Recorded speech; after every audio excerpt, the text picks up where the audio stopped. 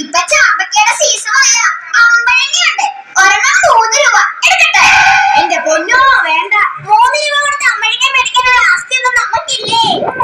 1 രൂപ വെച്ചിട്ട് നിൽക്കുന്ന സാധനമല്ലോ ഉണ്ടോടി. 1 രൂപയ്ക്ക് ആഞ്ഞിലിച്ചക്കയുടെ കുരു തരാം. വീട്ടിൽ കൊണ്ടുപോയി വറുത്ത് തിന്നാ മതി. അതെ, വാഹനങ്ങളിൽ അനുഭവിക്കുന്ന കച്ചവടം ഒക്കെ നിരോധിച്ചിട്ടുണ്ട്. ഇനി ഇത് ശ്രദ്ധയിൽപ്പെട്ടാൽ റീചാർജ് എടുത്ത് റിപ്പോർട്ട് ചെയ്യാനായിരുന്നു. അയ്യോ എന്റെ പൊന്ന് അവനൊക്കെ ചതിക്കല്ലേ. നെല്ലിക്ക അവിടെ പിടിച്ചേ. എന്താ അതെ, ഞങ്ങൾ റിപ്പോർട്ട് ചെയ്ത ടീച്ചർ കേസ് എടുക്കും കേട്ടോ. അയ്യോ ചതിക്കല്ലേ. നീ പേടിക്കണ്ട, ഇവന്മാര് നോക്കാം, ഞാൻ നോക്കിക്കോളാം. എനിക്ക് ആ പടി എത്തിച്ചാ മതി. റോഡിലെ പട്ടിനെ പഠിച്ചു. നീ നാളെ വീട്ടിലേക്ക് വാ. ആ പട്ടി കടിക്കോ? അതറിയാനാ നിങ്ങളുടെ വീട്ടിലേക്ക് വരാൻ പറഞ്ഞു. നീ വളി പഠിക്കുന്ന സമയത്ത് വല്ല പഠിക്കാൻ നോക്കും. ഇത്ര മണി തോറ്റ 7ാം ക്ലാസ്സിൽ തന്നെ 2ാം വർഷം പഠിക്കേണ്ടി. എന്നാലും എന്റെ ചേച്ചിന്റെ കാട്ടും പേര് വന്നു. അതെന്താ? എന്റെ ചേച്ചി ഇപ്പോഴും ബികോം 3ാം വർഷമാണ് പഠിക്കുന്നത്. പിന്നെ ഞാനെന്താ 7ാം ക്ലാസ്സിൽ 2ാം വർഷം പഠിച്ചാൽ കുഴപ്പം? നിങ്ങൾ വെക്കേഷൻ പോയിരുന്നോടി? ഞങ്ങള് വയനാടൊക്കെ പോയി. ഞങ്ങള് മൂന്നാറിന് പോവാനിരുന്നതാടി. പക്ഷെ പോവാൻ പറ്റില്ല. അതെന്ത് പറ്റിയടി? മൂന്നാറിന്റെ റിലീസ് രാജമൗലി മാറ്റിവെച്ച കാര്യം നീ അറിഞ്ഞില്ലേടി? നിങ്ങളുടെ ഫാദറിന് ഇഷ്ടിക ഉണ്ടാക്കുന്ന കമ്പനി ഉണ്ടോടി? ഇല്ല. എന്താ അങ്ങനെ ചോദിച്ചേ? അല്ല, അട്ടച്ചളി കൊണ്ട് ഇറക്കുന്ന കണ്ടിട്ട് ചോദിച്ചതാ. രണ്ടുപേരും ഒന്ന് മിണ്ടാതിരിക്കോ? ടീച്ചർ പരീക്ഷാ പേപ്പർ കൊണ്ടുവരുമെന്ന് ഓർത്ത് ടെൻഷൻ അടിച്ചിരിക്കുക മനുഷ്യനിവിടെ. എനിക്ക് പേടിയില്ല. ഞാൻ നല്ല വൃത്തിയായിട്ടാ പരീക്ഷ എഴുതിയത്.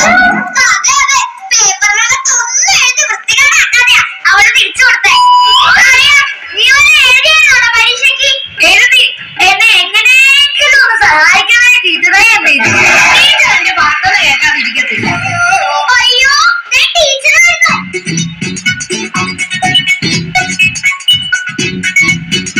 ദൈവമേ, പേപ്പർ കയ്യിലുണ്ട്. ശരിയായി പേപ്പർ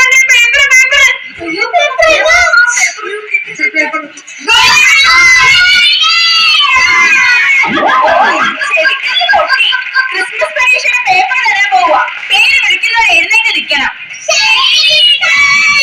ഓ പിന്നെ അഭിനവ് കേസി ഇന്ന് നിന്റെ പേപ്പർ ഹാൻഡിൽ വിത്ത് കെയർ.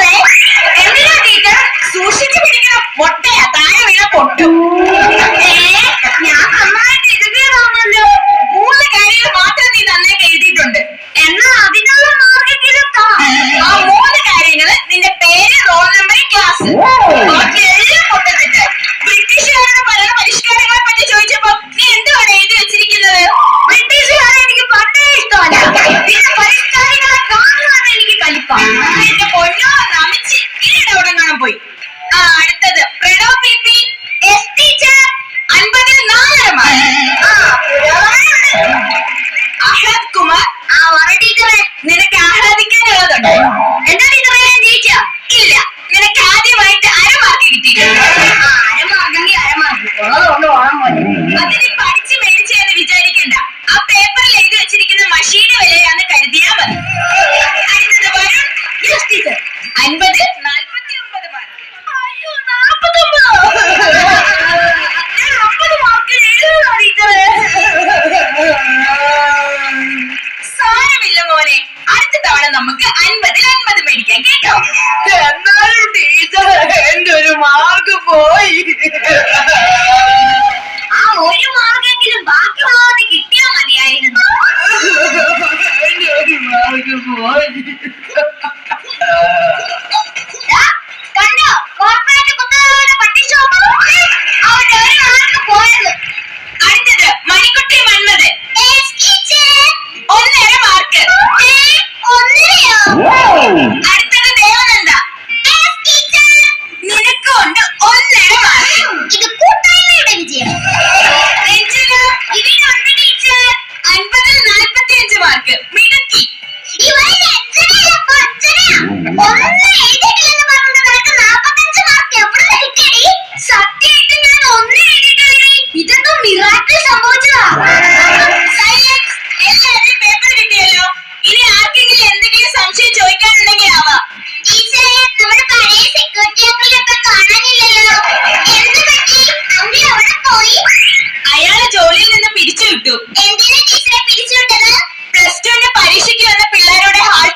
വലിച്ചു കീറിയതിന്.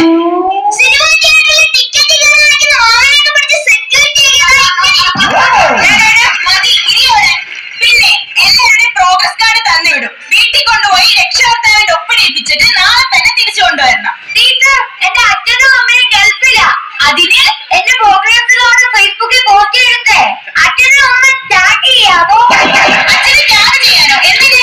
അച്ഛനോട് ഒപ്പ് കമന്റ് ബോക്സിൽ ഇടാൻ പറയാം. ഓ എന്റെ പൊന്നെ അഭിനവ് കേസി, നിന്റെ അച്ഛന്റെ ഒപ്പ് കമന്റ് ബോക്സിൽ ഇടാൻ പറയണ്ട. നിന്റെ ടിസി എടുത്ത് ഞാൻ ഫേസ്ബുക്കിൽ ഇടാം. നിന്റെ അച്ഛനോട് അതൊന്ന് ഡൗൺലോഡ് ചെയ്തിട്ട് നിന്നെ ഇവിടുന്ന് ഒന്ന് കൊണ്ടുപോകാൻ പറയാമോ? അത് ഞാൻ വേണമെങ്കിൽ പറയാം. ഓ ഈ അരമാർക്കും ആനമുട്ടയും മേടിക്കുന്നവരെ കൊണ്ട് ഞാനങ്ങ് തോറ്റു. ഇതിന് വേറെ സ്കൂളൊക്കെ കൂട്ടിയിടുന്നതാ.